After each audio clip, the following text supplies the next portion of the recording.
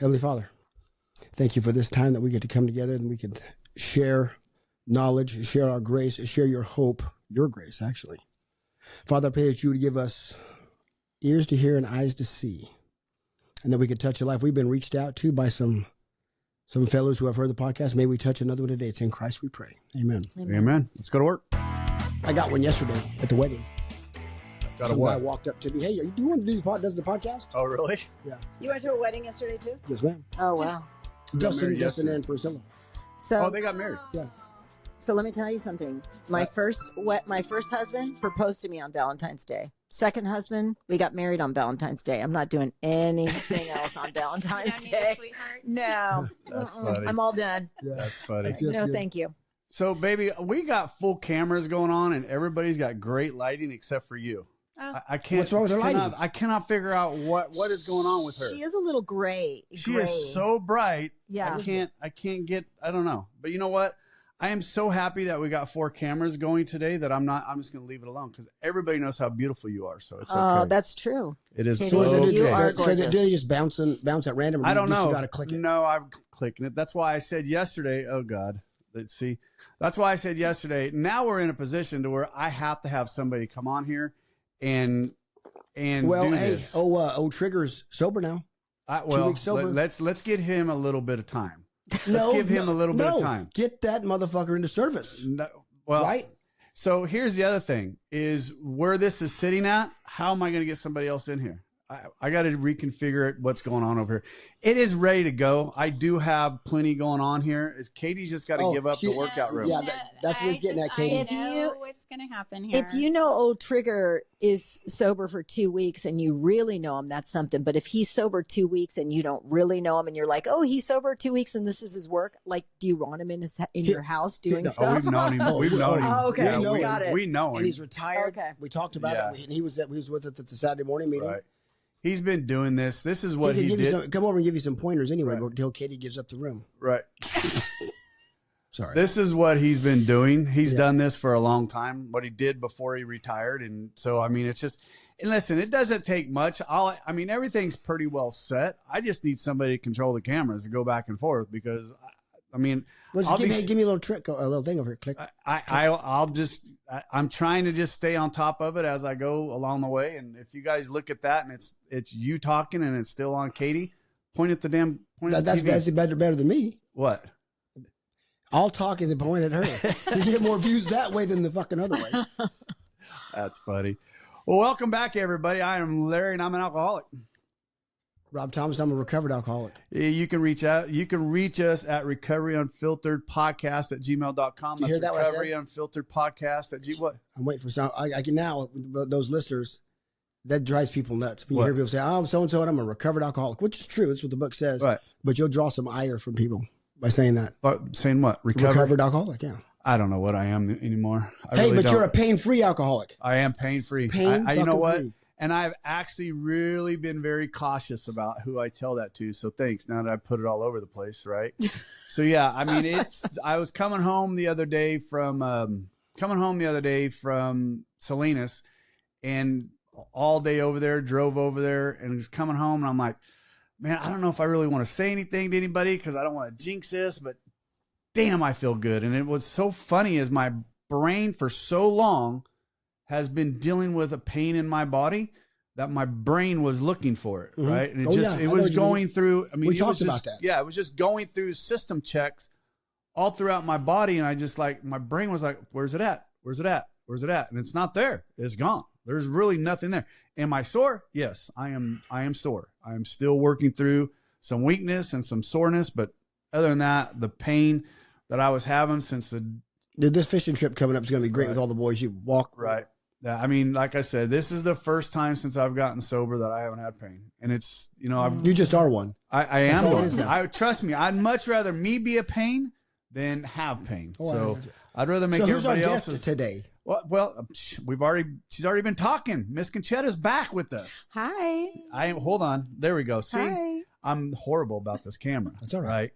But you know what? We are getting better at it. I am getting better at it, and we're going to get somebody on this thing. Before we get going too hard, and we brought Concetta back for a couple reasons, and we're going to get into some state what that is. I want to reach out to a couple people, and the other thing is my grandson's getting ready to wrestle for a championship. So if you see me distracted over here eating a little bit, that's what it is. But I have gotten horrible about checking my my emails and all the other stuff. So when I went back and tried to catch up, I had a couple people that I owe a couple apologies for. And there was a guy by the name of AJ Amends, right? There was a guy by the name of AJ that reached out to us back on January 9th.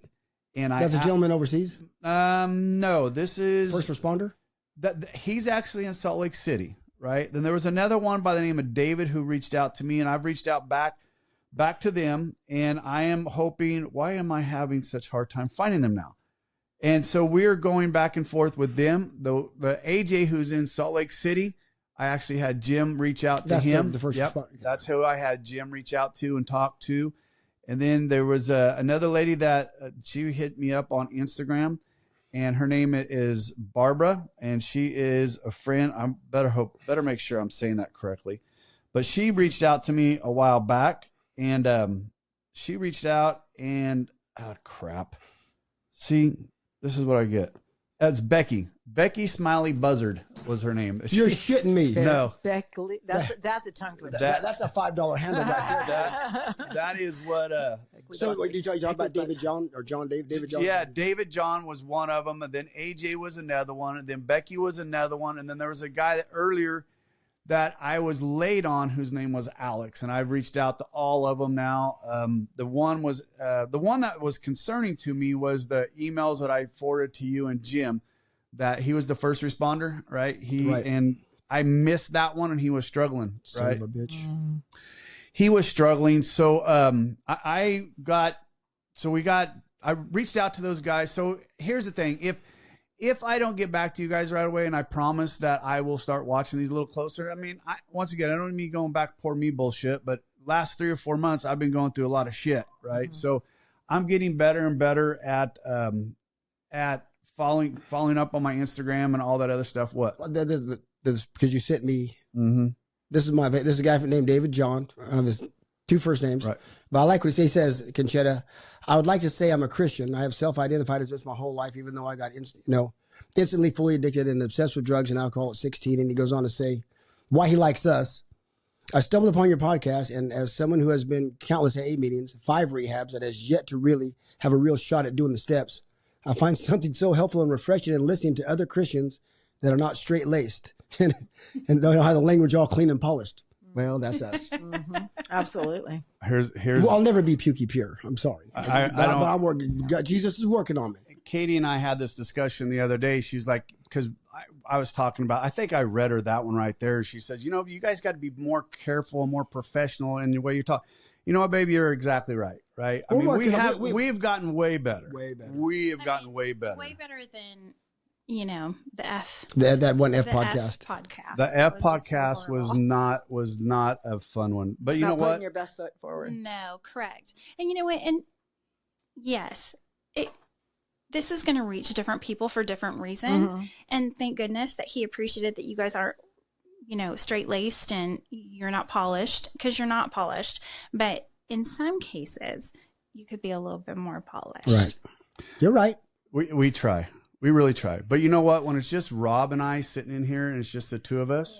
Yes. But that son of a gun likes to get me riled up. I love to get him riled up. And then that doesn't mean my language can't be more on par. But however, he likes to poke the Portuguese. Yeah, he does. You know what? He's not the porcupine, but the Portuguese. He's so easy to get riled up too. Yeah. So easy. Here's we go. Here's Becky. Here's Becky Smiley. Hey guys, Becky Smiley Buzzard here. Yipper, that's my real name, right? Because she wanted some business cards, but I was like, I don't have business cards. I had a bunch of new stickers made. I had my stickers that are right here. That go on the back of my phone. We have them that size. They're 4 inches. She goes, hope you're healing quickly, Larry. Rob, keep working on that national bodybuilding championship, but don't send me any pictures. I love her. And then, you know what? I included her at Jim, and I was talking to Jim. He's like, she's a ball buster. Now, I'm like, where's she from? She's from Colorado. Okay. Yeah. So, well, just outside of Colorado, right there in. Her and Jim go to the same meetings. Okay. So, and anyway, so they got quite the following. I really would like to get out there. Our podcast has really.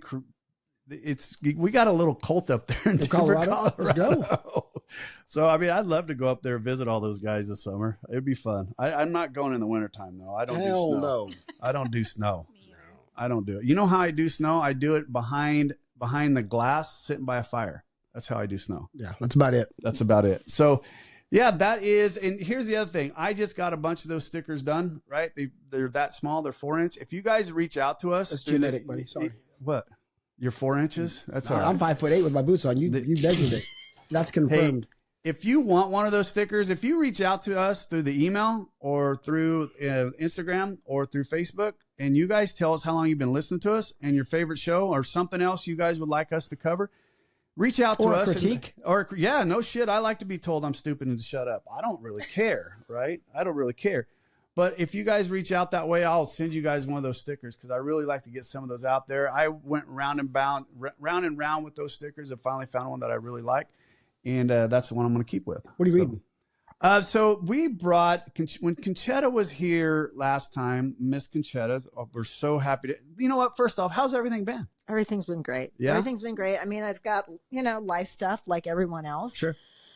Family things, losing animals, just a lot of things that have happened. It seemed like in 2026. Right. I was like, what's going on? Lot going on there. However, like I'm still clean and sober. I'm still, Atta girl. working with others. I'm still supporting, No going triggers. to church. No, I'm still supporting my family. Like, there's certain things that are always going to be a consistent in my life. Right. And it doesn't matter what life throws at me. And I'm just grateful that I get to be able to be here with you guys. Like, I love you guys. I love being able to communicate with you guys on a daily basis. I love the damn prayers I get every morning. Oh, you know what? That's how I start my day now. That's how I start my morning. You know what? She, and I said this last time on a podcast, we missed like 2 or 3 days. And I'm like, hey, you okay? Right? Yeah. He wasn't really concerned for her. I want my fucking prayers. Right. I don't know what you're doing, but get those prayers back out here. Yeah. Well, I've been sick. Well, I don't care. Get those prayers. That was he fun. He did pray for you when you said you were sick, though. Oh, it's so nice. And your dad's not doing well. Yeah, my dad's 91, and he has been, he is definitely our patriarch of our family. And, he struggles with a lot of different things, and the man has never not gone to work. This has been the longest he's been out of work, and it's been. And that's gonna be the hardest. It is. It really is. I took him to work the other day. I said, I'm going to drive you to work because Larry knows where it is compared to town. It's like 45 minutes out, So for him to be driving at 91 is a feat in itself. But then you add all these complications, and then you're on a ton of medications. And I'm like, I'm just trying to reason with him. And, I realize where my manipulation has always come from. And I'm like, holy shit, man. We're good. Oh, it's both of them. It's between both my parents. It's like, I'm a master manipulator because of you all. I am telling you right now. Go back to her podcast. I learned from the best. Listen to that, the rug story and how still impressed. No, I'm just like, I see. Entrepreneur. Yes, I was a very big entrepreneur, but I could see like the patterns, you really do see the patterns. And he's like, I'm not going to ever let somebody drive me on. You think I want my employees seeing me pull up with some driver? How weak that is. And I said, you fell in the front of the office. Like, isn't that enough? He was out there screaming like he needed one of those little call buttons. I've fallen and I can't get up. Yeah, no, he was saying help. He was out there for 5 minutes by himself, poor guy. But by God, don't drive me to work. No, and then he went in and he let these men bandage him. They had no peroxide. My son-in-law poured alcohol on my father, who has such thin skin. Beer? No, Oh. no, like alcohol, Whiskey. Oh. straight alcohol, Rubbing and alcohol. literally rubbing alcohol, and then wrap some weird thing. I go, you guys don't even have a kit out First there, aid kit? first aid kit, nothing. funny. Like, and then he stayed out there until 2:30. It happened at 10:30. He wasn't in the urgent care until 2:30 in the afternoon.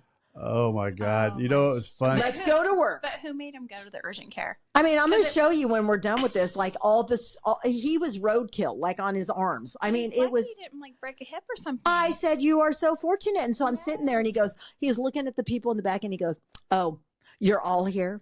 So it was me and my two sisters and my mom. And he goes, we're missing one to the lady, like my other sister.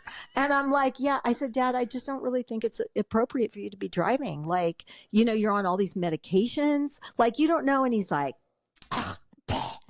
you know, yeah. I'm just like, What was so fun when I stopped to visit those guys, I come walking up the stairs and her dad's huge office is right here on the right hand side. But the son-in-law who runs things kind of sits over here. So I walked upstairs and I saw her dad was dead asleep, just like this. Yep. Just like this at his desk. Big old desk and newspapers and everything. He gets away from his wife. Oh He's my like, oh my God, she's not That was bothering so me. funny. Then when I was talking to the son-in-law, I go, look, like to meet. He's like, okay. We walk into the office, and he walks up to the desk and kind of taps the desk. And he wakes up. It was fun. I had a great conversation with him. I did not go into all your details though. I really wanted to, but I was like, nah.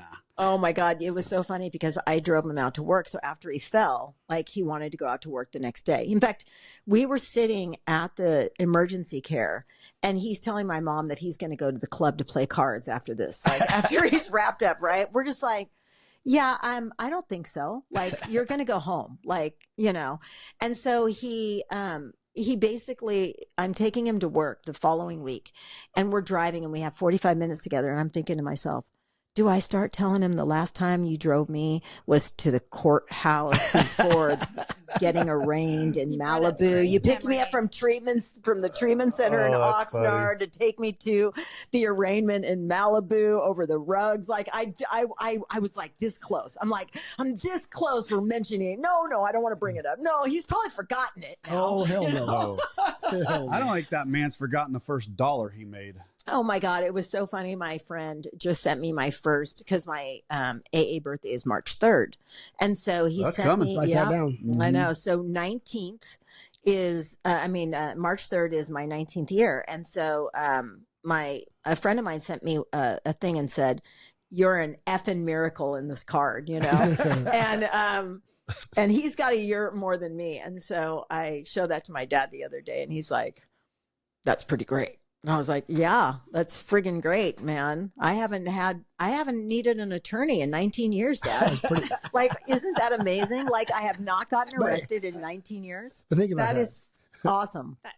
You are That is a high bar. That's what you have to boast on. Hey, I haven't needed an attorney for 19 years.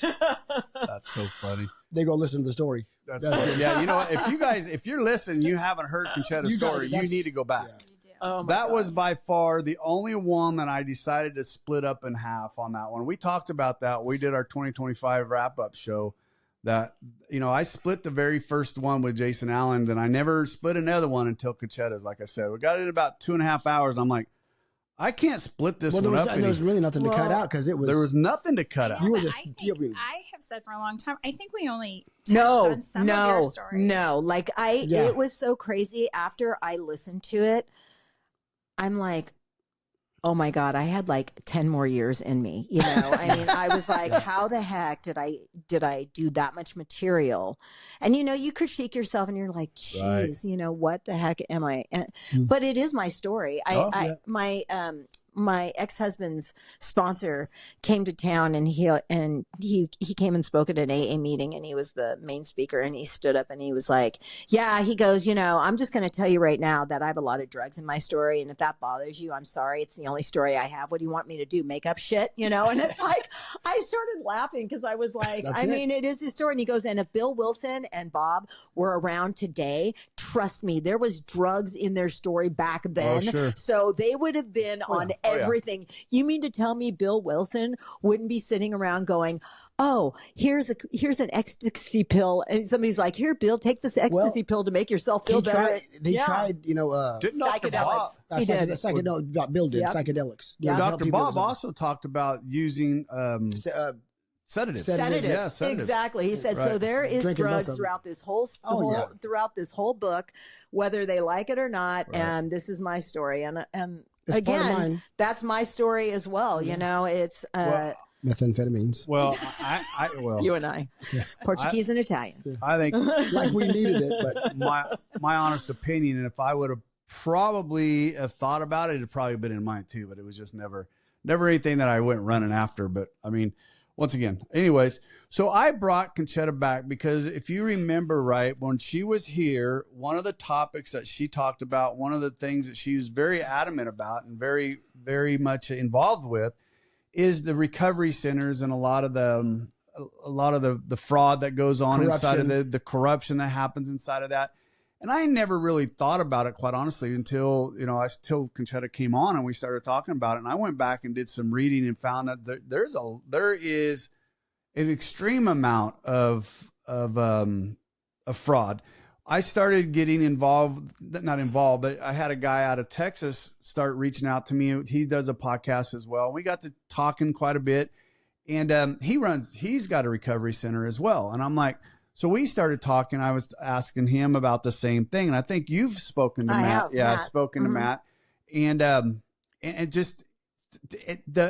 just Okay, baffling to me. I have a question because I have no shit about it.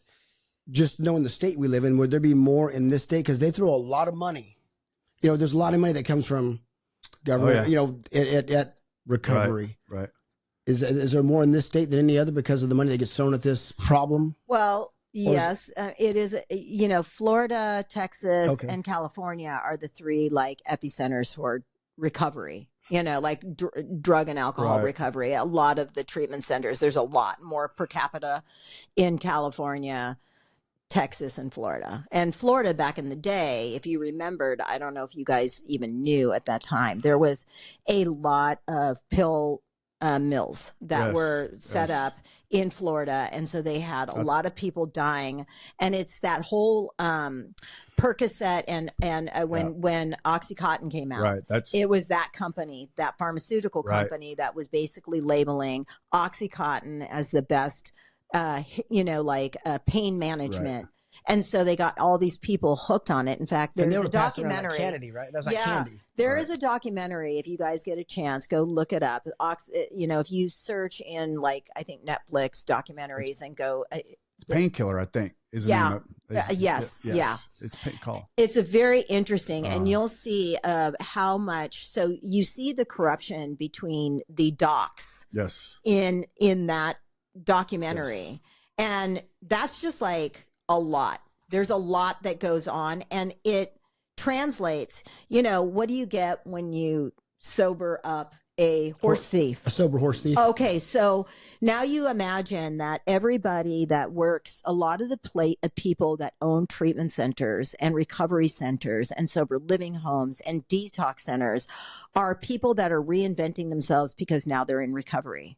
And then you take a percentage of those people that actually don't even do the work in recovery. They don't do the work in Alcoholics Anonymous or whatever. They're just now sober. Right. And now you give them an industry that makes a lot of money, and people are throwing resources at it, a ton of money at it. And you have these people interwoven in this industry. This industry is disgusting. I mean, listen, it's an industry that I love. I have a love-hate relationship with it because of the fact that I have seen so much corruption, and I've been not only, like my family, when I went into recovery, got taken advantage of as well.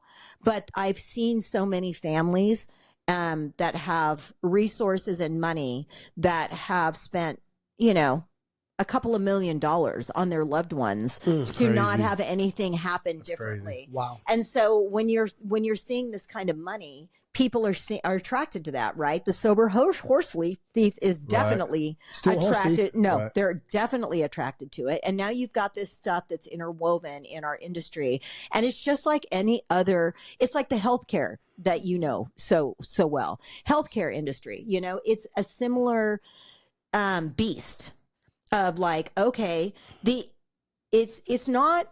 And what I'm going to say is, listen, anything that I say to you guys, I don't want it to sound so judgy and judgmental. It's just facts.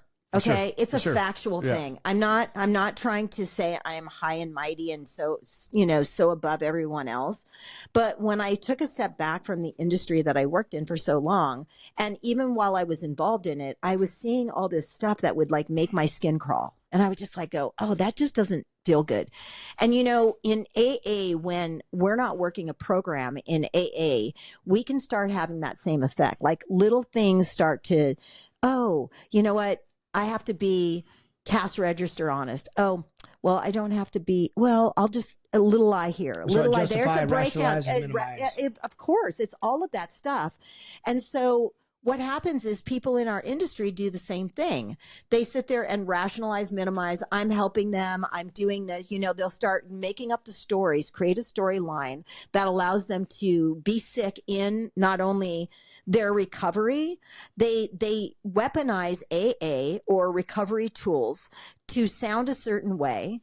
They're well read and they're smart because we're manipulators as hell. Like, Oh, I mean, come on, talk about all the, do you ever watch those, what are those shows? It was like, I can hear the music of it. And it's like, where there's fraud going on and the people are like, they like stolen all these people's money and it's Ponzi Oh, you're schemes. talking about What's that show? God bless it. Oh my God. I It's- used to love that show. We've watched it. We watched all the series of it. Call my wife. She'll tell you. Yeah. I know exactly. I'll You think know of what it. I'm talking Yes, about. yes, because And a it's guy like- I used to hang out with was on the show. Yeah. You You're- remember what I'm talking about now? Yes. Yes. Something. Oh my gosh. Why can I? Oh my God. It's right at 3 o'clock in the morning. You know it's what? when they We're come all to the same us. age, Yes. basically, Right. and we're all having you Yeah. can't remember shit syndrome. So anyway, that bugs the hell out of me when I can't remember things. But yes, it's one of those shows where it highlights the people that are scamming the people, And so what happens in our industry is you have normies, call them normies, Right. that have never been in recovery and see that recovery field is a huge moneymaker. And then they get into business with people that are in recovery, and because they can like, this is my face. This is the face of the Legitimizes the. Right, exactly. But a lot of them are actually like the people that aren't in recovery are either therapists, psychiatrists. And again, in that field too, there's all sorts of different people, right? You've got people that are honest. You got people that are in it for the money. You have people that it's just so many things. And these families, when they're looking for treatment centers to go to, it's this massive beast to navigate through. And everybody is using their algorithm and they're getting this marketing person and that marketing person. And it's all clothed, clothed in like, recovery, we're the best and we do holistic work and we treat the underlying causes and we do everything from, pain management. Like, they all say the same thing. We do mental health treatment because what happens is the insurance companies. So if you're an insurance-based treatment center and what you do is you rely on the insurance money, what do insurance companies do? They don't want to pay out. So they figure out a way to not pay. And so it now causes and creates this system where now the treatment center owners are having to figure out how to navigate around that to get paid. And they have. Like it starts out being like rationalizing the situation. Okay, we have to figure out a way. We all got to get together. We all have to create and band together as treatment centers, and we need to figure out how to navigate this insurance nightmare, because they're not paying us for drug and alcohol treatment anymore. They're only paying us for mental health. So now we're going to clothe ourselves in a mental health treatment center and say we do mental health. Change the language. Change the language, but nothing's changed. And so but they're getting paid 90% better by being a mental health facility versus a drug and alcohol treatment facility, but they do not bring along the specialists and the people that can treat the people with the mental health problems. Now everybody's doing it. When I was looking, I was doing some reading on this and doing it, that they require, state of California, from what I was reading, only requires one certified drug and alcohol for every, I want to say it was every 8. It might be 12. It might be 8 to 12. So I thought it was 8. Counselor. Right. Yeah. Certified drug and alcohol counselor for every 8 patients. But that doesn't mean that you can have some minions underneath you doing the counseling. You do. Right. Yeah. You can have these minions. Right. Doing the hours. Right. And that's, to me, is what's the frustrating part, is when I was reading that, and this is probably going way off topic, but when I went on and just went drug and alcohol California, right? Recovery centers. So ChatGPT is amazing. It brought up the first 5 or 6 is Laguna, some big place over in Santa Clara, all these big, beautiful places. And it doesn't rank. Nothing ranks, has any kind of ranking of success rates. Okay, but how there's would you And they're that? paying for that. Okay. They're paying for that. Yes. Okay, let me ask you this, though, Concetta. How would you even find that metric? I can make up my own fucking success rate. And I think that's what I'm. Where's that metric found? And I think that's what I'm trying to get to as a drug and alcohol. If Katie needs to get her husband, me, into, let's go back to April 10th of 2022, and Katie's looking for something. She jumps on the internet. First thing she pulls up is a drug and alcohol recovery center. And it was a Malibu one and one over in Santa Clara. And it's a big old beautiful log cabin with all kinds of stuff. And it's beautiful, right? Doesn't say anything in there about the success rate. It talks about all the yoga that they do. And it's talking about all the extracurricular stuff they were doing. Right. I'm going to tell you right now, Maynard, you didn't do shit but study about drugs and alcohol. Right. You didn't. 8 to 10 hours a day. Well, and I think that's why you guys are such a great advocate. First of all, it worked in your life. Oh, right? yes. It worked in your life. Like, I went to Passages Malibu. It worked in my life. I was the only person that stayed sober out of my class. Wow. Okay, I remember those commercials. You're cured. That's a cure, though. Well, they yes. cure you there. The reason I chose it was, and I think I shared with you guys, the reason I chose it is my parents basically said, we're all going to Hawaii to the Grand Wailea for Christmas, and you're not invited. Right. If you want to choose one more recovery center, choose wisely. It'll be your last one. And I had been to 6 others prior to that. So I was in Arizona, Syracuse, I was in all these different places.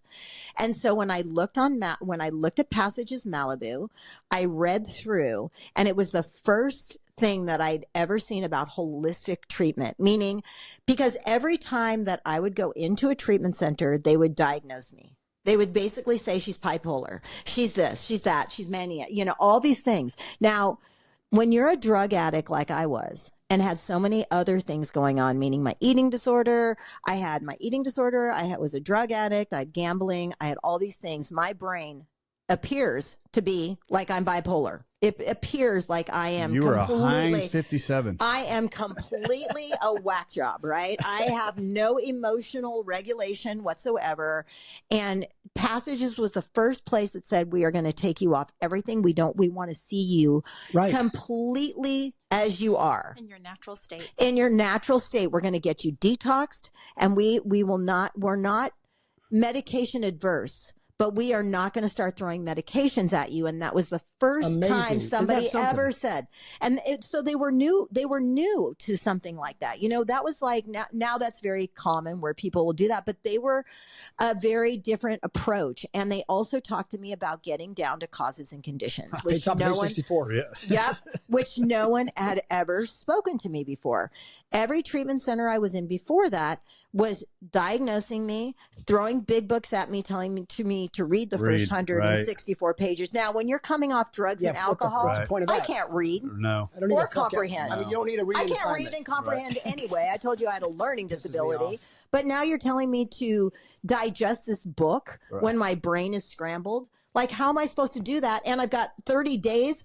And so everything's in a fast-paced spin cycle. Because they got to get you in and out. Because they got to get you in and out. You know, people, 28 days. It was 28 days in those days. 28 days. Oh, got to be 28 we days. had 28 days. Open that bed for another person then. Exactly. And so the first week. But on the other side of that, unless they're shallow, then they try to get the insurance company to keep you there 60 to 90 days, right? Well, nowadays, but in those days, the insurance companies weren't even, when I first started going to treatment, they were not paying. It was all cash pay. I mean, there might have been some that were, but the ones I was 15 years ago, wasn't. there was it. But see, now I'm in a union. Right. Fantastic. They'll pay 3 times. Wow. 3 times. I only Well, need you still once. got a couple left The in you. military. You're Go talking try it military. again. No, just the union. Can I say it? Yeah. Local 3, operating engineers. Why not? Yeah. I mean, that some of my So guys. you got some of 2 some of- left. Go try it again. I'm good. I'm good, man. Just one. Yeah. Just But- one. But see, I mean, hearing this just breaks my heart because where we went, Oh, yes. what was hard Right. pipe hitting, you're the problem. Right. You know, they was just, let's get down to causes and conditions, you know. Yeah. So Yeah. they talked about causes and conditions. So that was another, like, because I knew at that point my parents meant it when they said this was your last time. Like I was clear.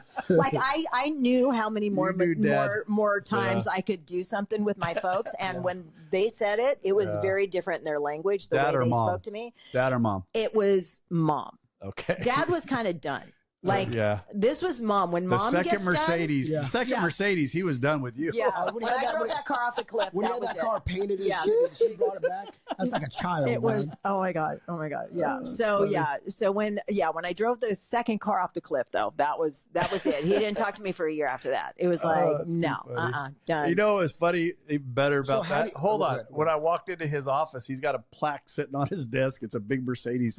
Obviously, he's bought a few Mercedes because he's in the club over there. Yeah, That's yeah. funny. So- yeah. In the recovery centers, when you follow the money, where does it go? Where does it lead? Well, to the top. I would say to the owner's pocket. Into the owner's You know, pocket. You're right. So like I talked to you before. So you have psychiatrists. Some of the psychiatrists own it. You have some people that are therapists that are owners. You have and they're like and like I said, oh, we just want to help people. You have people that are in recovery that are opening them. And what you also have nowadays, which has really changed in the last, I would say probably 7 years, is private equity companies are Thank coming you. in There and you they're go. buying. That's where I was That's going what I'm next. thinking. And they're buying these mom and pop shops Right. that were in it for Yep. the right reasons, that are like, we're retiring, we're done, we're selling off. Like we built up a very nice business model. Right. And they come in there and they chop it down and they take all the great things that were being done. And they get rid of the staff because their staff is overpaid because they've been there forever. And they're like starting to take all the staff out that's been like the 20 years. They've got 20 years, they've been there for 20 years and they've got like 30 years of recovery and they're in it for the right reasons. And we want to be, saving, not saving people, but creating this environment where people can heal and do all this good work. And now you've got these private equity companies that it's a part of their portfolio and they don't really give a shit about this piece of their of what they own. Like it's usually hospitals, it's all these different things. This is just something else to add in, and they're a bunch of DICKS. Dicks is what she Dicks. spelled. She spelled dicks. Cocksuckers. And they Sorry. are Robert? My bad. and it's all about the bottom line. And we are going to reduce it down to crap. And they've got all these Yahoo kids that have come out that are marketing wizards, that are newly sober horse thieves. Right. And they are like schmoozing. And it is the biggest, clickiest, crappiest, gross, disgusting.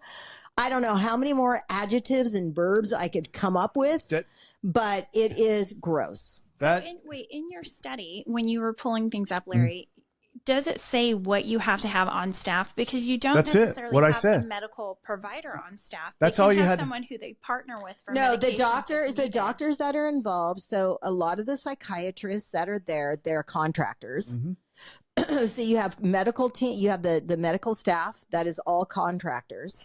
So they'll come in and you'll either have a nurse practitioner underneath them. The doctor's writing the scripts for the Ativan or whatever the detox meds are, right? So because they have a practice somewhere else, you know, that they're making more money. It's like the treatment center will say, hey, we're going to pay you $200,000 for the year. You know, just to be the medical director. Yeah. Right? Just Just to to be the medical just to say director. we've got one. You can still go do your private practice somewhere else, but we need you to come into the center twice a week or once a week, or depending on what it is, depending on what the center is. So that's kind of how that lays out. And then they'll bring in nurse practitioners, or they'll bring in, you know, that'll distribute meds for the, in the detox units or whatever that looks like. They'll bring in KDACs, which are either people that are getting their chemically dependent counseling services. You know, they're either going in and they're getting a KDAC 2, KDAC 3. There's different levels of KDACs that you can have. And then they have to do their hours. You know, they have to have so many hours. So they'll go in and they'll work for the treatment center. So the treatment center will bring them on at like, oh, you'll get $60 a group, you know, something so minimal. But you get your hours. You've got maybe 10 people in your group and you've got 3 groups a day, you know, and for $60. Yeah. But you're getting your hours. But you're getting your hours in. Right. But you're getting your hours in. So what happens is it creates a system where the people that are working in the system are like, damn, these people are raking in the cash and they're paying us crap. We're going to open up our own. Is my mic going in and out? Or Well, yeah, you're okay. Okay. Sorry.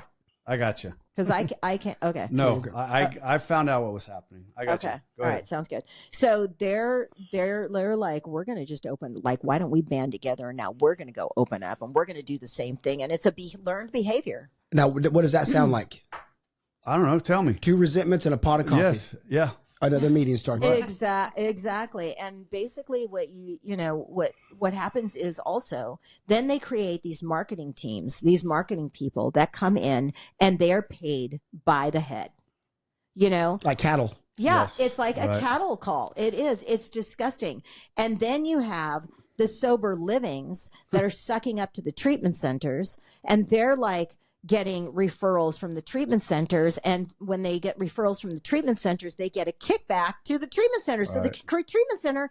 So here's Double an dipping. example. Here's how I found this out, which was kind of like, you know, you get on this pink cloud when you're in recovery and you decide you're going to change your life around. And I was like, I'm in passages and I'm like doing everything they tell me to do. I'm like, I am doing 100% of what I want. And then I decide I know what I want to do. I want to open up my own recovery place because I now have all these tools. And, you know, to be honest with you, I was like, what else am I qualified to do? I literally had stolen, like I had so many. I was on probation in 4 counties. I'm like, what am I qualified to do? You can what, teach people what how to stay on probation. No, I'm like, literally, I'm like, there's limited things that I can do. And guess what? If I work in recovery, everybody else in recovery has cases too. So like, I'm okay, right? You know, isn't it funny? I have spoke to so many people that the minute they get the guy I'm helping out over in Reno, and he'll probably listen to this. As soon as he started to get clean and sober a little bit, now he wants to go be a life coach. He wants to go help people. And it's not just him. It's so many people. When they get clean and sober, that's literally the first thing they want to do is they want to become awesome. Monetize. which is monetize. amazing. Which is amazing, right? I don't have a problem with that. I don't have a problem with. But I mean, get something under your belt first. Well, yes. You know what I mean? Not just a degree which I'm started classes, but get some recovery first. Because like Brandon wants to do.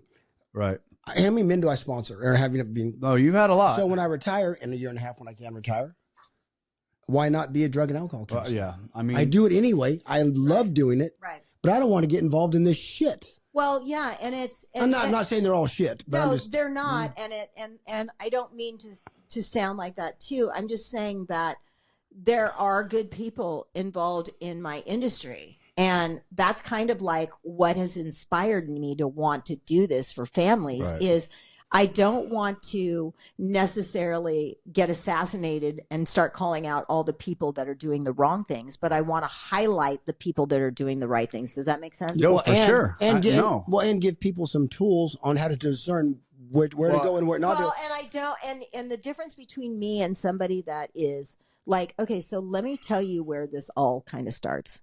So if you're a youth and you're an adolescent and you have issues, right? You're either using drugs and alcohol, they're adolescent programs, right? And so you're fine. Right okay. there. Yeah. So there are adolescent programs. Well, in the adolescent world, there are educational, therapeutic educational providers. And it's almost like, do you remember the scandal of the people that were trying to get their kids into college and they were Yes. It's like that. So these therapeutic educational consultants are being asked to find a program for my son or daughter so they can go to school in high school and live in this therapeutic boarding school, and it will attack their mental health, their substance use, and it starts there. You also, that's one of them. That's one of these like little groups of people. And they have conferences for the therapeutic professionals, because I've been to them, and they're all cliquey and they all provide, you're going to go to this program. Well, guess what? That program provides that educational provider with trips out to see their facility and we're gonna fly you out for the weekend, and we're gonna do, they're all, and I'm not saying there's anything wrong with that, but what's wrong with it is when your perspective shifts because of what you're getting versus what's best for the kids, what's best for the student, what's best for that family, and it's clothed with what am I getting out of throwing this person in this facility. Like if all things equal and there's two facilities that do really great work and you're like, okay, well, I'm going to choose the one that I have the great relationship with. No problem with that. I have no problem. All things equal. But when you start fudging because of the things that you're getting out of it, now your ethics and your morals and everything else is crap. And so this is what we have. And we're dealing, this is like, when you're dealing in healthcare and mental health and substance use, it's different than Rob, like being an engineer and you're friends with another, like whatever. And they're like, we want Rob to do our engineering. You're not dealing with their mental health. Right. Well, it's different. It's actually illegal, right? Because my daughter and I were just talking the other day. My daughter, that's a nurse. We were just talking the other day. She goes out and visits and that kind of stuff. And she said something about, now, when I take clients or something out, I don't, but if they order a drink, an alcoholic drink, that's them, right? And I'll pay for it, right? It goes on the company tab and get reimbursed, so on and so forth. But Miranda was telling me, she's like, Dad, we can't do that. They can't do it in the medical field, right? In the medical field, they can't do that. No alcohol. No alcohol. Here's they what can do lunches, but they can't do any Right. alcohol. Certain places, it depends if you are a publicly traded company or if you're a privately. Right. So my daughter Gets works into for sticky. Stryker, which is publicly traded. They can't do that. They can't send their dog. They can't gift their dog stuff. They can't do that. She has certain guidelines. But Arthrax, which is a competitor of hers, they can. They can send them on fishing trips. They can do all this stuff. So she's constantly having to compete in that field. That's tough. Really, so it's unfair. It's an unfair playing field. Yes. And so so and look what they're doing. But what are they playing with? people's lives. Well, and your parents' heartstrings, right? You mean they can't control their child. They love their child. They'll do anything.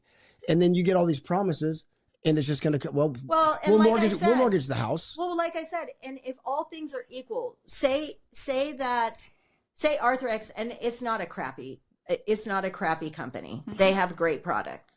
But say Stryker has better, something better in the field to use. Those docs are going to use where they're being called to, right? Where I'm getting more kickbacks or I'm getting paid. Like I can be a paid consultant for them and I can get paid and I'm going to do that. Right. And so So now it's like, okay, am I putting the right product in the right person's body? Right? Well, am I putting the right client in the right facility? Right? And so what happens is you get these marketing people, like I said. So so the education consultants is one, right? In when you're over 18, you've got interventionists, right? And the interventionists, and I'll just throw it out there. There was an interventionist that was dealing with Matthew Perry, and I know him very well, and I'm not going to say your name, but you know exactly who you are. He was his interventionist and put him in treatment, and then after Perry got out of treatment, he basically leaned on him to go into business with him, and they had their own sober living home. And so they do this. It's disgusting crap. What is an intervention? I mean, I know the word. An interventionist but what is his job title? What does he do? So he basically isn't. Who's he hired by? He's hired by the treatment centers a lot of times, or the families. And what's his job? So his job is to get the person into treatment. To kind of agree be to go to treatment. babysitter? You've seen Intervention, right? The show. Mm-hmm. So it's just like that. Okay. And families will call an interventionist and say, we have this problem with so and so. We need to get him into treatment. He won't go. We've asked him to go. So we need somebody else that can come in and set ground rules of what the situation is going to be. And it's, you know what? They do good work. There's a lot of interventionists that do good work. And then there's some people that don't do good work and screw the system up to where it gives you a bad taste in your mouth. And now you're just like, dude, I don't trust any of you. So how do we discern, how does someone struggling with with themselves, child, family member, how do they discern it's hard the wheat from the chaff? Well, it's hard because you're how looking would you? online. Because you're in the middle of it. Well, because how I've worked in this field, and I know people that I trust, like emphatically, like when I call them, I know I'm going to get the skinny. I know I'm going to get the right information, like what's going on with this treatment center. Nope, don't do it. Don't send that person there. And do you look at the curriculums or something, or do you when you say don't go there? Do you have something that you look at inside that curriculum? It's not so much the curriculum; it's almost the people that are owning the motivation. Well, yeah, but let's say you're. Yeah. Well, I mean, I'm going to go back to this. What if you're not in the field like you are? I mean, that's what I was getting at. How does a person who's struggling with their child and they're looking at all this? Well, like I said, I'm going to go back. Why doesn't the state, and it's sad to say, oh shit, but why 30, 60, 90, 120 days once someone has graduated from a program, why aren't they coming back and following up? Like, where are they now?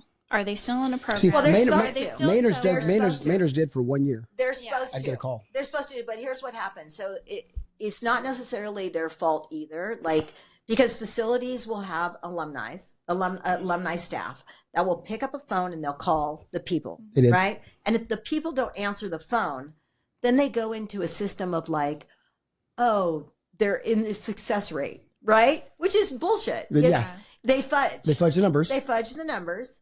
And so, like, when I went to Passages and we asked for there is no, I'm sorry, there is no numbers. I know, but it's not. You can make up whatever you want. You can make up whatever you want. You can say we have an 80% chance, and you could have 100% chance of that person if they follow everything we tell them to do. And if people are people, they're not going to do that. You can't really put a success rate on somebody that you have no idea what they're going to do. I'm going to tell you right now, I could bullshit my way through just about anything. Of course, we all can. I can bullshit my way right through a program and go right out and drink the minute I leave there.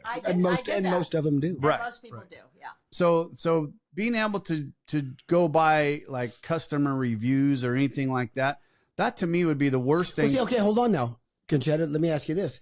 There's your metric. There's your when parents, anybody, when you're looking for a recovery place to send, if that's where you're going, if they tell you we have a blank percentage, success rate, I'd look somewhere else because that's bullshit. They shouldn't be bragging. That's a bullshit fact that you can't have. For sure, they should not be bragging about. I wouldn't say that's the be all end all, but there's a lot of those. But here's the deal, you guys. I hear what you're saying.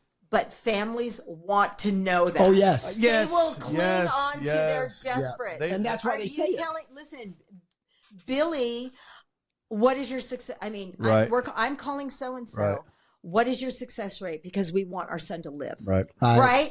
Oh, our success rate is 75. You know, I don't think I've ever heard of a program that doesn't report 75 or higher. Oh, like, yeah. I mean, what are you going to say? I'm 30%. No, And we're here's the thing. 30%ers? You know, the next question is not going to be, well, what do you come up with that percentage? The parents just saying, fantastic. No. Hey, I'm And sending let's my think- son. Right, exactly. My son is going to be in that percentile. Right. And let's think about this. If I'm a concerned parent, right, my child is hurting, I call recovery A and I say, I needed, what is your recovery rate? And that person on the other side goes, I can't give you that recovery rate. It's going to depend on your child and how hard your child wants to work on things. Yep. And then you call recovery center B and they say, oh, we have an 85% chance of recovery. What do you think that concerned parent's going to do? Exactly. Going to be? Yeah, they're going to go to B because they don't know. And that's what I'm Well, saying. and that's where I feel an advocate, where we're trying to, what I feel like we are talking about right now. Like an advocacy group. Yes, it's not about it, you. Now, let me ask this question: is it okay for that parent to go and interview the facility before they send them there? I would hope so. Right.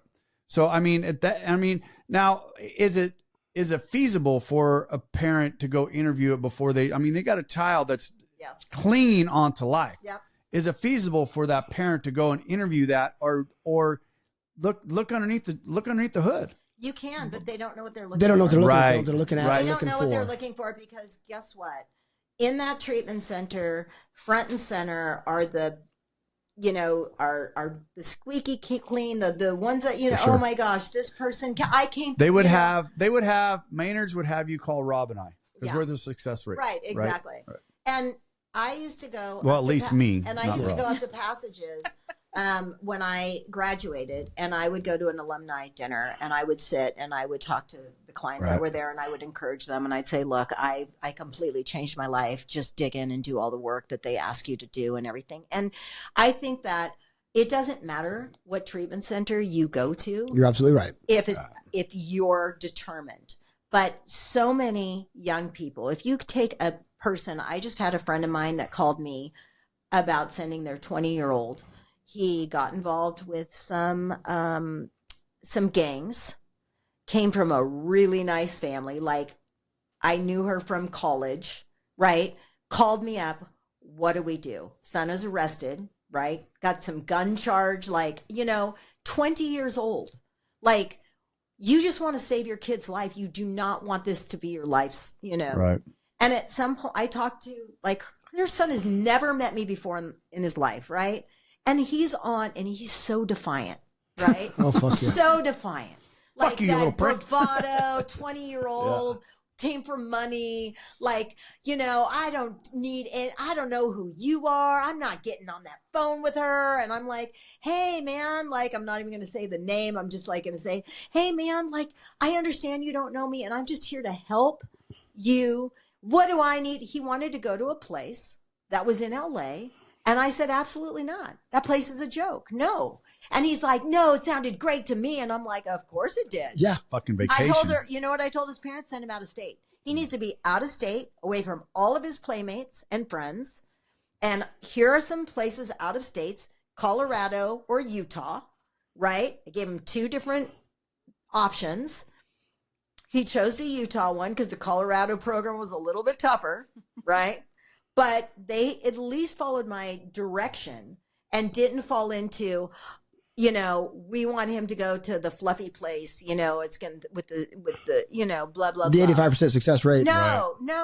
And you know what? I pray for them every single day, but it's up to the kid as well, right? Because my parents sent me to a lot of great places and I wasn't ready. Right. I absolutely wasn't ready. Nowadays, you have so much stuff that's out there. Now you have fentanyl. Now you have all these things.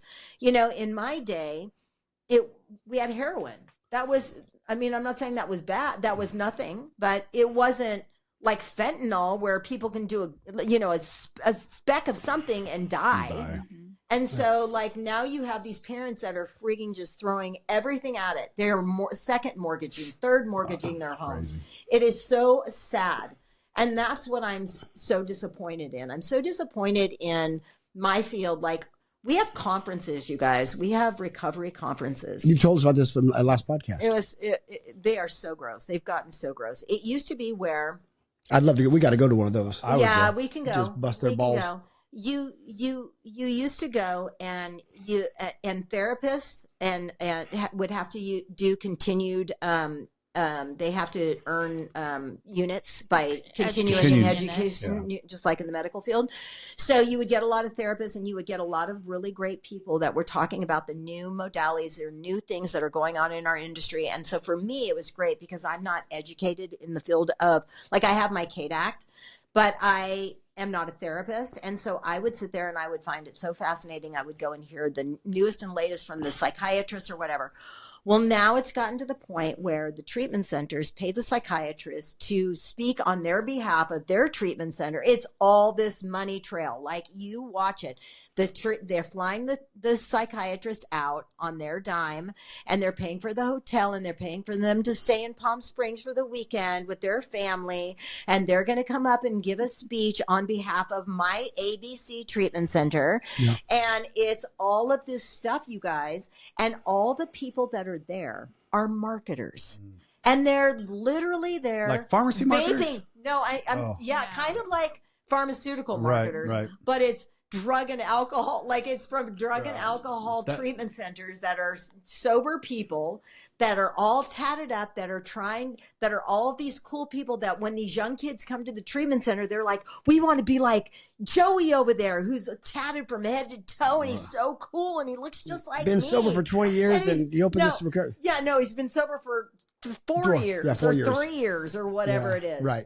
And you know how many of those people have relapsed and died? Like within the last year, we lost probably 6 people that owned high-end treatment centers. Wow. And they were sick. They were sick inside their treatment centers. Wow. You know, here's one. The difference between abstinence and recovery. Right. Well, you know what? Here's the deal: is you can't. No one's. If you're suffering and if you're, getting sick because you're using your treatment center as your recovery tool instead of your AA program or your sponsor or anything else, because I'm too busy. I'm running a recovery program. Look at all the people I'm helping. No, look at all the things I'm doing. Right. And you're silently suffering because you can't let that shit out because no one will refer to you. So it's this constant secrecy. So you go back to your old medication. Oh my God, no. So you're exactly. You are literally using in secret. Mm-hmm. Or you're doing other things in secret. I know so many people that are compulsive gamblers that are owning treatment centers. And you're like, what are you people doing? Why are we having recovery conferences in Vegas? There is nothing. First of all, we have sex addicts. We have drug addicts. We have alcoholics. We have compulsive gamblers. It's like Sin City for a Vegas reason. Is why a breeding are we in ground Vegas? For that. You know why they would host them in Vegas? Because the therapist and the psychiatrists that aren't in recovery, they wanted to be in Vegas. Right. Yeah. Here's one for you. I know you talked about this one. A federal jury convicted a California man this week for paying, this is September 13th, 2024, illegal kickbacks for patient referrals to his addiction treatment facility. You've talked about they're located in Orange County, California. According to court documents and evidence presented at a trial, Casey Mahoney, 48 of Los Angeles, paid nearly $2.9 million in illegal kickbacks to so-called body brokers. That's what it is. Body brokers. Yeah. So it's like I said, livestock. The interventionists get paid by the treatment center to refer to their treatment How much do they get paid? $2.9 million.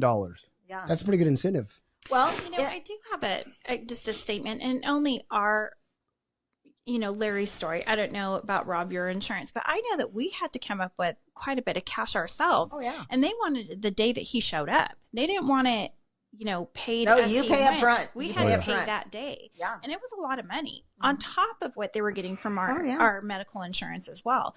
I don't understand how, some people have the ability to do this. My insurance is paid. By the way, a lot of people double dip too. So they get the insurance money and then they get you to pay. We as a patient, we don't know if they got all the money from the insurance company, or if they just said, you know what, we're going to try and get this much from them. Because, But you get the statement from your insurance. You get a copy of your explanation of benefits. Right. I know my insurance paid them. Explanation of review. You get that, so we could see what they paid as well. Right. I don't know exactly I mean, it was a lot of money that we had to put out too, but it's disgusting to me that they are pilfering from the insurance companies and then bankrupting these families. Well, yes. And there is a lot of okay, so like I said, there are reasons why fraud starts to begin with, right? Greed. Well, it starts with greed, a lot of it, but also it starts out of necessity. Sometimes people are so frustrated because the insurance companies aren't paying them, right? They're like, we're only going to pay you for 15 days. When you know that person needs to be in there for this many days, we're only going to pay you. So then they start like, okay, well, how am I going to, this person doesn't need 15 days. This person actually needs 3 months of treatment. But the insurance is only going to give us 15 days. So then they create a system of like, okay, it's a tear down. Okay, we'll get paid $15. We'll get paid for 5 days of detox. We'll get paid 5 days of detox. We'll get paid 15 days of residential. Then we're going to drop them down to IOP, where we'll get another set of dollars. It's every time it's lower cash, right? So up here is where the detox is, where the big money and the inpatient, right? The residential, and then it goes down to IOP, and then it goes down to OP. There's a reason why treatment centers has had to create this tier system, especially if they're trying to get insurance dollars. Okay. It's out of necessity. I understand why they do it, but then they take it too far. So then they start like, this is the reason why we're doing it, because we're getting screwed from the insurance companies, right? Right. So then you have, like, for me, my parents never got to, the only time my parents ever got to use their insurance money is if I was 5150'd in a hospital setting, right? Right? And how many times did that happen? A lot. And, you try to kill yourself, they kind of throw you in there. But if I was in a hospital setting, the insurance money would cover it. Right. If I was in, or 5150, they would cover it. But, and when I had my eating disorder, my insurance dollars would cover it. But get this, even when I was in eating disorder hospital and I was suffering from bulimia, because my weight, my BMI was higher than the anorexic. The anorexic, they looked at them as being critical, and they would pay more. If your BMI is lower, you're going to increase, those dollars are going to go up, and you're going to get longer term. So if they can re-diagnose you as anorexic, they get more money. Of course. Well, yeah, because here's the deal. Like, and I realized this because I went to work for that treatment center that I went through. The one, remember when I told you I drove the car off the cliff, and he goes, "Hey, Concetta, I heard you pulled the Thelma and Louise without the Louise." Remember when it died? Yeah. Oh, yeah. He would literally advocate for all of us, and he was arguing constantly with the insurance companies. And the only reason I really got privy to that is when I started working for him at that treatment center. I would hear him screaming on the things, telling him that the bulimics were just as sick as the anorexics. And it doesn't matter what their BMI levels are. They need to be in treatment, and they need the dollars, and they need to cut the coverage. And they would literally say no. And so they would get kicked out. They would have to relapse and come back in. And that's the reason why there's these revolving doors of treatment, is because the insurance runs out. Mm-hmm. They send them at home. The client relapse. They come back. I remember when I was at Sierra Tucson in Arizona, and I went there for my eating disorder and for compulsive gambling. This is like early on in the 90s. And I was like, all the famous people were there, and I was like, ooh, this is so much fun. Look at all these celebrities and blah, blah, blah, and I'll say his name because he's not alive anymore, but Tom Sizemore was in there, and we were talking, and I was like, they were shooting heroin, and they were like, "You're in here for what?" And I'm like, "I'm here for my eating disorder and for gambling." And they're like, "Are you for real? Like, what? Really? You're in treatment because of that?"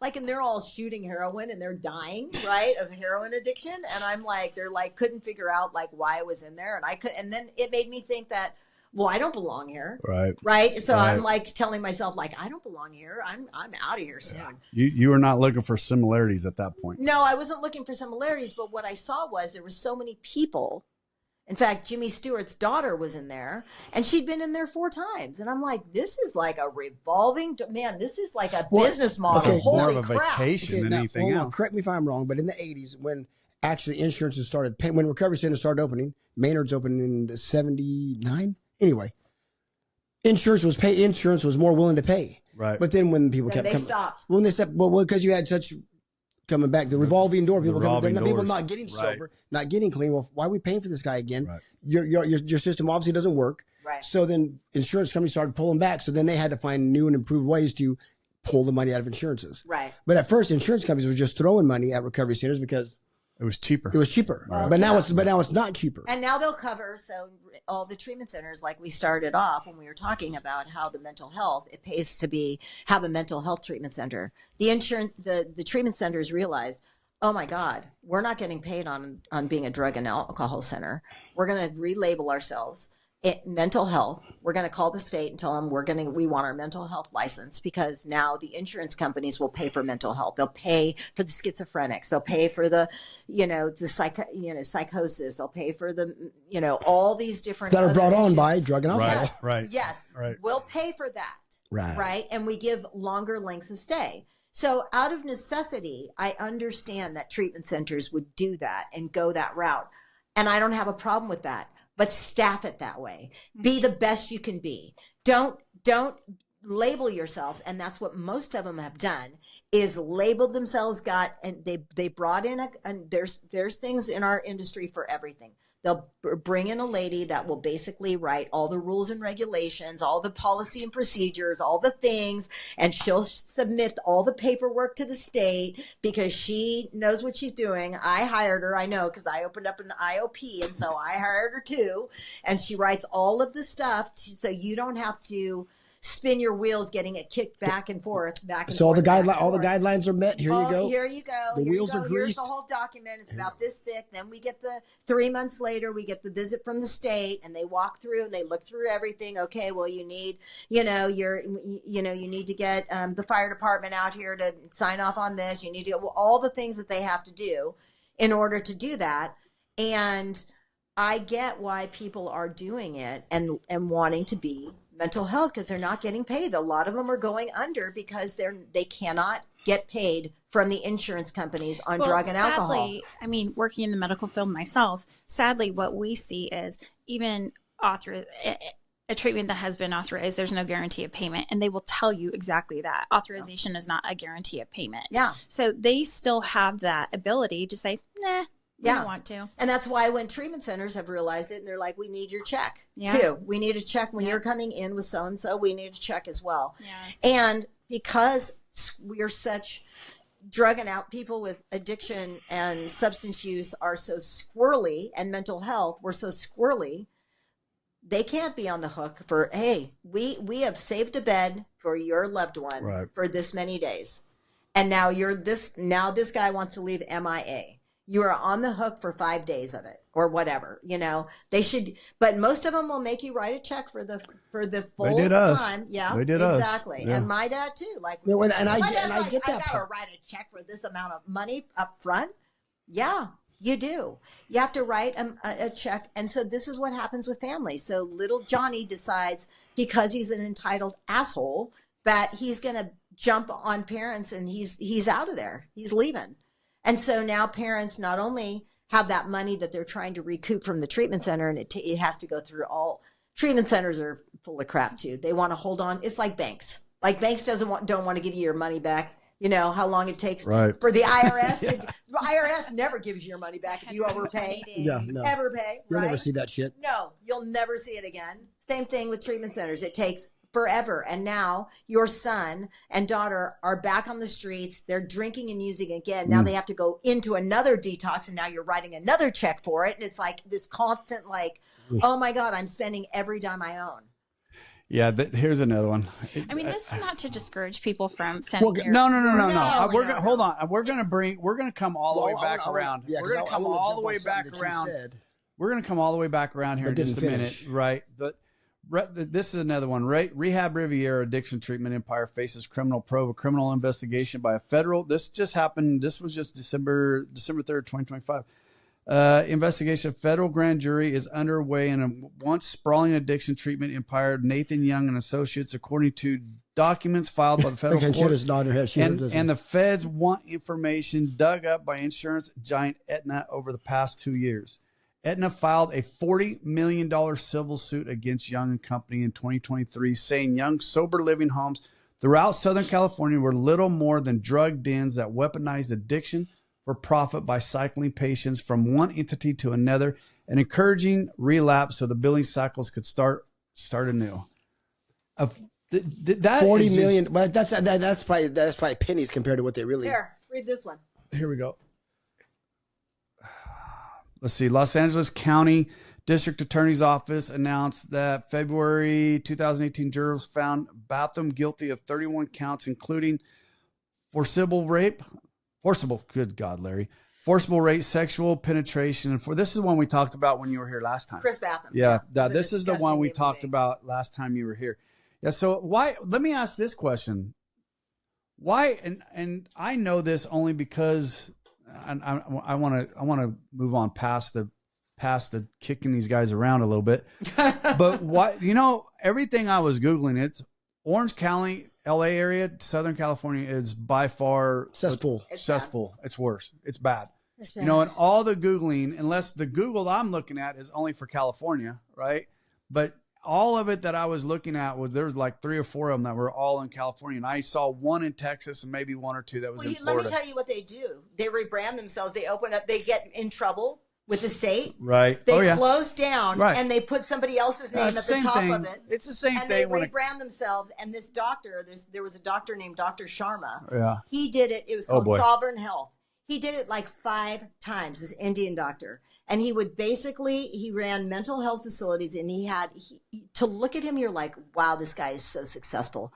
What a scumbag. Let me tell you, what a scumbag. He was such a crook. And he did this over and over again. So, And where was he from? well, he was Indian. Okay. Dr. Sharma. But he I was mean, in where Orange was he- County. oh, he was He was practicing, yeah. Orange County. Okay. He was in San Diego, and he would get in trouble in LA, Orange County, close down, rebrand, But it's still in no- the background. yeah, He's still doing the it's- same thing, putting another person forward Right. as the face. It's no different than a company file bankruptcy and open it up underneath another one. It No, happens all the time. I get it, Larry, but this is mental health. This no, is no, life. no. People's I trust me. people's I lives. know. People's I lives. mean, I And know that's for why- sure. And don't you think? I mean, it's sad because the state of California is not regulating these things No, better, no. and that's where they, But- we're also being failed. They're Yes. getting It's all paid too. money. Yeah, It's all the state. money. They're getting paid too. Do you know how much kickbacks are going? You think that To the it's state not just- representatives. yes, it's not just the interventionists. It's not just the therapists getting the referral fees. It's not just the marketers that are getting. It's the referrals. congressman. It's not just this. It's all of it. It's a system-wide problem, and that's what I'm saying. That's why, like somebody like Maynard that you know and you can vouch for, that is doing good work. Like, do you know that the Santa Barbara Rescue Mission? I'm just going to give them a plug. Rodrigo went there, Uh-huh. my ex-husband. And I know another gentleman that went through there, my friend Ira. And Ira, yep, Ira's been sober for Good Jewish name. almost 20 years, yeah. And that program takes people from jail. They take them from jail. They give them a reduced sentence, like they can get out of jail early if they want to do this year-long program. They basically have to go to the Calvary Church, right? So it's a Christian-based program, hardcore. They do not take government money. It's all private donations. They get private donations from the county, from food, like food being brought in. It's kind of like the Salvation Army and the Goodwill, like, is where these men are being clothed. They get all these donations and they get to go through and find clothes that is appropriate for them.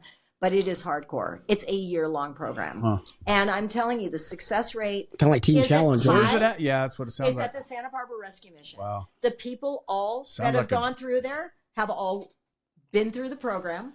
So it's all the people. Well, correct me if men. I'm wrong too, but there's guidelines, and if you don't meet them, you go back to prison. Oh, bye-bye. Bye bye now. Bye-bye. So I mean, that's your incentive. Right. No, that is your incentive. Right. And some I of love them, it. like Rodrigo, never was in jail. So it was hard for him because he's like, here's a lot of the people that come from there have a mentality, like a kind of a prison mentality. Right. You know, they've been in jail a lot. They've gone through the rinse and recycle and back out. And so they're tough guys Well, or whatever. it's true And now fact. they have to live by these Christian principles. Right. And follow and go to Bible, you know, they basically change these people. When the ones that want it, The do it. ones that want it, do it. That's right. And And the ones that what- don't, and go that's- back to prison. No, exactly. And the people that work there, I love them. Like, I went through their family program because, you know, a good, solid program has everything. It's not just about the identified patient. It's about what is the family doing? Because there's a family breakdown somewhere. Like, all of us that have been through things, there's a family my family was enabling. Like, you know, there was control things. There was things that were going on in my own family that they didn't want to look at. And I had to step away from my family in order to get well. Right. You know, because I couldn't keep going back into a system that was looking at me as the problem and nobody changing anything. Right. We all have to work on ourselves. And so I had to take personal responsibility for myself and changing me. Right. It's not about pointing the finger at my parents or anyone else. It's about what did Concetta do and what was Concetta doing to create all this breakdown? The fourth column in our inventory. Yes. What is your part? Right. You had to stop speaking victimese. I had to stop speaking victimese, guys. And then, but also the people that I see, the people that I see that do extremely well in recovery are the people that also have the family that get into support work system. as well. Yeah. That understand, that are willing to like go, you know what? Let me do some work on myself. Like, you know, your children can go, oh, my dad was an alcoholic and all this stuff. And if they don't figure out that piece for them, like my daughter, like I always tell my daughter, like, Bianca, you got to do the work. Right. You can't just go to a therapist and vomit on a therapist and expect like this magic wand to come in. Right. It's like there's an Al-Anon program for a reason. And if you're not willing to go to Al-Anon, then you have to do the work somewhere. You can't escape doing personal work. We don't lean on a shovel and pray for a hole. No, and that Start goes digging. that goes for everybody, including the alcoholic, the drug addict, Yeah. the home, everybody, right? Everything. I mean, I saw, and I said this last time a couple episodes ago, where I actually watched Katie more recently start doing some of the same stuff that she's watched me do. I think you and Bonnie were on here together when I said that.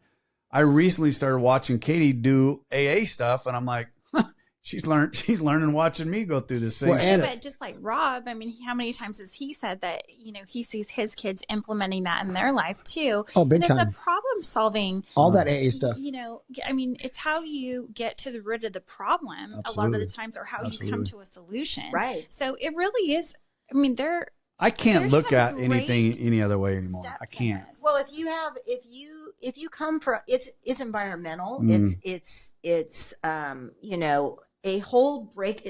Like if you look at people's like structure and they talk about their grandparents or their great grandparents or whatever, and you see all of that, how it all lays out, you're like, this is where it comes from, right? Oh, yeah.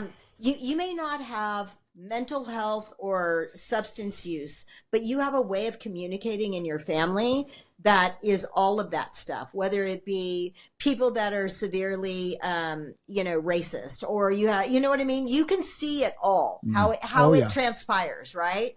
And how it breaks down. And so what happens when we go into recovery is you have to break that person down in order to build them up. You have to break the things off of that person that don't serve them anymore in order to bring light to it's the chisel effect, right? It's like chiseling away at that rock. Or when God prunes us, you know, he talks about in the Bible, Exactly. the pruning of the, it's not painful. It's not comfortable. No, it's a very, very painful process. But if people aren't willing to do that, then there's not, you know, if nothing changes, nothing changes.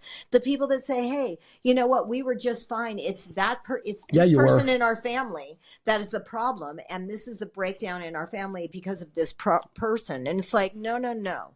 Because before that person was that person, it behaved that way, there was stuff going on that you're not looking at, you know? It's like when I was talking to my mom and like, we were at I've always had a sugar addiction. I always had a sugar addiction. What's your go-to? Hot tamales, Jolly Ranchers, bubble gum. My wife loves it. Yeah. Oh my God, all that stuff. So Not ice cream or nothing like that? No, it was never like ice cream. First of all, lactose Candy. intolerance. Okay. Really bad. Candy. But yeah, I just like candy. And so my dad and we were in the airport one day, and it was at a private airport, and there was a bowl of like mints sitting on the desk, you know. Did you eat them all? No, my dad went and reached for him, and my mom goes, "That's where you get it from." Like points the finger, right? That's where you get it from. And I started laughing, and I was like, "Okay, Mom." I go, "Why do you think that you have 3 daughters that have alcohol issues?" Yet I have no idea. Like not like she Complete has, denial. No, she has no idea. She has no idea. Now my mother doesn't have a drinking problem. She never smoked a cigarette, never did a drug in her life. So controlled in everything she does. Regimented. In That's every where it aspect. comes from. Yeah. Because your control breeds uncontrol. Yeah. Like how You hold on to them so tight. Once they get a little bit of my freedom, we're God. gone. My We're gone. goodness. Yes. My goodness. I do have a question. Yeah. So, maybe the failure of some of these treatment centers is because they do also have people who, one, aren't really educated enough to be in the positions in which they're in, but maybe they're not really healed themselves if they're recovered. I think that's what she's getting at. Yeah, Yeah. sick people are, sick people hurt, hurt people, and Right. sick people are sick, or Right. create other sick You know, people. 2 or 3 years sober. And they're more comfortable by like if you have somebody that owns a treatment center that isn't healed themselves, and now they're hiring other sick people behind them because they don't want anybody. Just a breeding ground. No, exactly. Yeah. And so when we talk about like all these facilities that are so beautiful on the outside, right? They're so beautiful on the inside, and it's like a house of horrors in the inside, right? And it's Just sad. like me. Well, it's sad because it's like they have the capability of doing really good work, and there can be like 4 or 5 people in there that really want to do the good work. Mm-hmm. But then you have these higher ups that are basically browbeating them and telling them what they have to do, and the census is down, and we need census, and call that person and tell that interventionist we're gonna up it to $3,000 or $4,000 a bed. Numbers are down. Or what? Yeah. Yeah, exactly. And so But it's they're pushing also, this, stuff. potentially preying on people who are looking for, they can't go back to the life in which they had, or they've, blown up their career, or they don't have an education or whatever else. And so, you know what? This is what I'm going to do. Be a life coach, or I'm going to be, I want to Reinvent be myself. a Yep. counselor Yep. in this. I'm going to live this way, but doesn't necessarily mean that they fixed all of their issues. Or, No, we've there's talked no. about multiple times how many people have not even gone through all of their steps. Yeah. They're living a sober life. But they think because now I'm counseling, I'm helping these people. I'm going I'm in this- working yeah. on myself Yeah, because yeah. if you're But you're helping not. other people, you're not helping yourself. Let me rephrase that. You are helping yourself because you are getting out of yourself. But if you think helping other people is your treatment, right, you're thank wrong. you. Thank No, you. It's not. exactly. Right. Well, just by working in treatment shouldn't be a substitute for working in AA Yeah, your program or a own- recovery program. You don't have to do AA. Yeah, If your it's own a Christian program. If it's Celebrate Recover, there's so many different offshoots now. Like, Stop listen, it, Robert. Just because we are AA people doesn't mean that That's there's right, not other Concetta. ways. Preach it, baby. There's not Preach it other to him. ways to Preach it to recover. him. I get it, Rob. No, I'm an hey, AA however, person. however you But I get went it, to I'm tri- grateful. Hey, I went to Passages and I got the cure. That's And you awesome. know what? And let me tell you something. Just because when I was in Passages and people would say they're going to go to an outside AA meeting, and I was like, why? We're in Passages. We don't have to go to AA. Right. And I was like, I learned very, very quickly, like AA is for fun and for free. And they do good work. Right. And I was scared of AA. And that's the reason. And I didn't want to do the work. It's a lot of work. But you are going to find your people. I mean, Eventually. it may not be. If you keep like, looking. these men have a great Monday night group, and Yeah. they add to it and they subtract from it, unfortunately. But they still have a great group of men. A We solid we core. don't subtract at all. No. Those motherfuckers go drink themselves. They subtract They the fucking yeah, they, themselves. they They eject. They Right. eject themselves. But not many. But they No. have other alternatives, but you will find your people, Yes. even if it's not Monday night or going to. Hey, and I primary love to purpose. bust Larry's balls about NA or Celebrate Recovery, all that. You find it where you find it, and I don't Right. care. Right. But I bet just when I went and did my own investigation, because I didn't find what I needed there. No, No, whatsoever. I was never an NA person. I just Or Celebrate Recovery to be, and I'm a Christian, but that was just too watered down. It's just- 2 weeks, it's just- 36 weeks to do. to me, I needed the hard hitting banging Yeah. of AA, I did. right? And the same thing I told the guy I'm helping over in Reno right now. He called me the other day. We were talking. He's like, "Well, I just can't find an AA meeting that I can get into." And I sent him several. I'm like, if you go into one you don't like it, don't be going back, right? Yeah. But then after he went to 3 or 4 of them, he's like, I'm like, well, if you've been to 3 or 4 and you can't, maybe you're the fucking problem, Right. So maybe More you might than want to check likely, that. you're Maybe the you want to fucking check problem. that. and there's people that aren't completely listen. There's a lack of transparency, intimacy, vulnerability, right? And so, if you don't have those things that are going on, and you're not willing to open up, talk about it, and really be real, Yes. you need No, because I want to hold that up for the next our next recording, right? That next recording, I want. Nice catch, Robert. I'm good. The next recording, because Concetta we're said going to some come good back shit and I'm writing record. down. But I want to before we end the beating up on these recovery centers. I want you, Concetta, to Hold talk on. to Transparency. transparency, intimacy, vulnerability. Thank you. There you go, a dime holding up $1, stopping the whole show.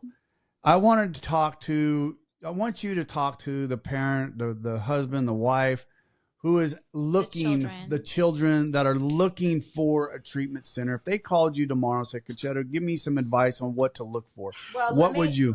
Okay, let me tell you something. First of all, I just want to be completely open and honest. If anybody wants my phone number, it's 310-363-2415. Call Say me that again. anytime. 310-363-2415. I'm happy to walk you through. It's just something that I love to do. I'm not going to charge you for it. You're not going to get You're not now, going to I'm get a not saying, kickback. I'm not getting a kickback. I'm not going to, refer to you to my friends that have a recovery center. I'm not doing any of those things.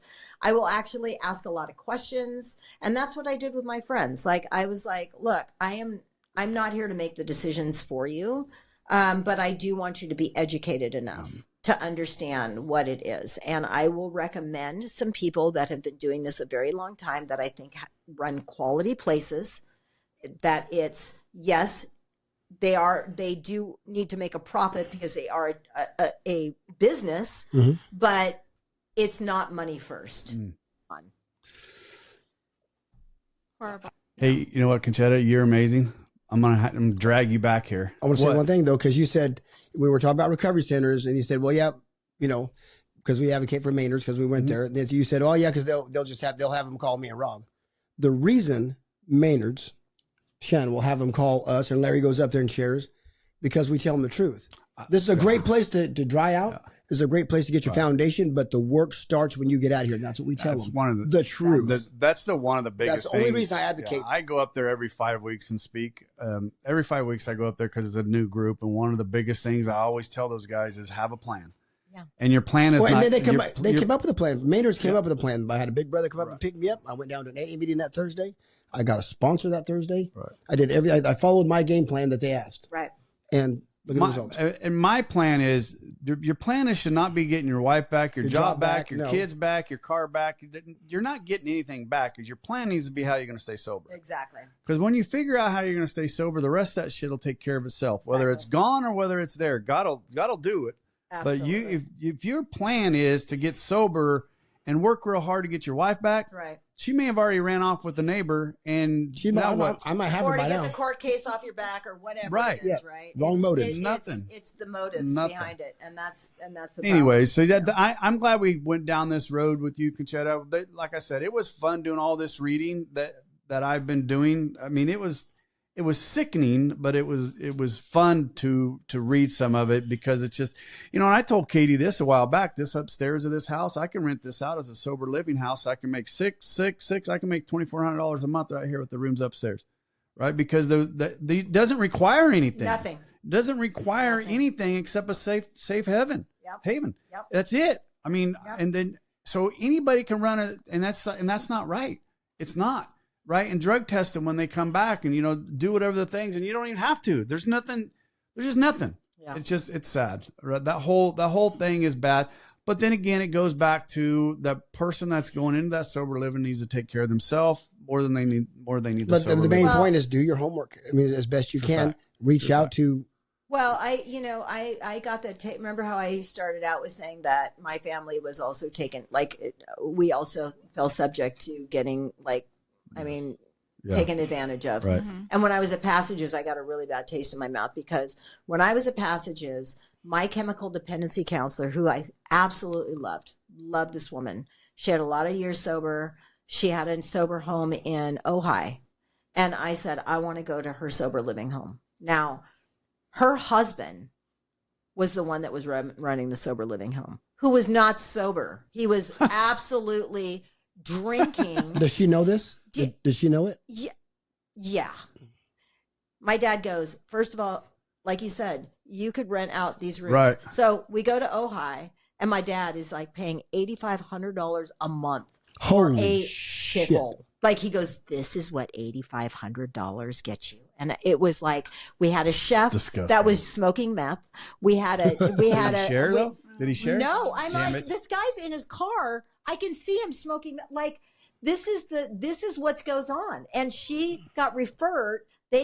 Because she worked at Passages, they referred, and she kicked back a fee to them from everybody to go to her sober living house. To go to her, yes. And this is how I was I was so disappointed. I was heartbroken. $500 a month. And that was in 2007. Dude, that's a buttload of money. Disgusting. Yep.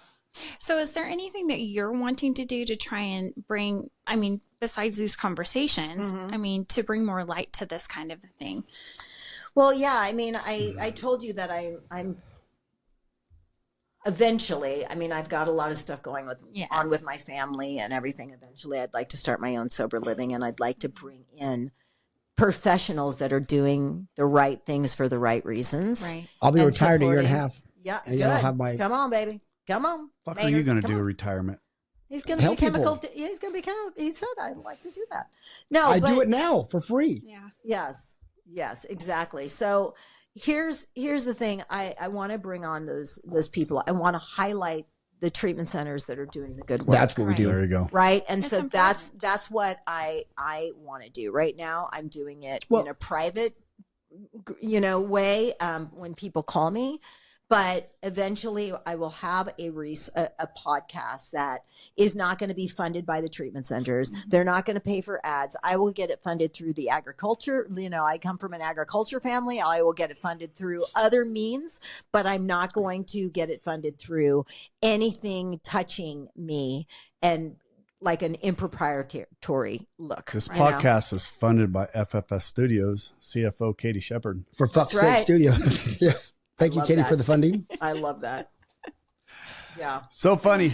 We're going to come donations. Back. Katie. Yeah. Leave your donations. Leave the roses at the door. Thank you. Funny. You did. All right, we'll be back. Listening to the Recovery Unfiltered podcast. We appreciate you being here today. If you'd like to reach out to us, please email us at recoveryunfilteredpodcast.com. We will do our best to answer all of your emails.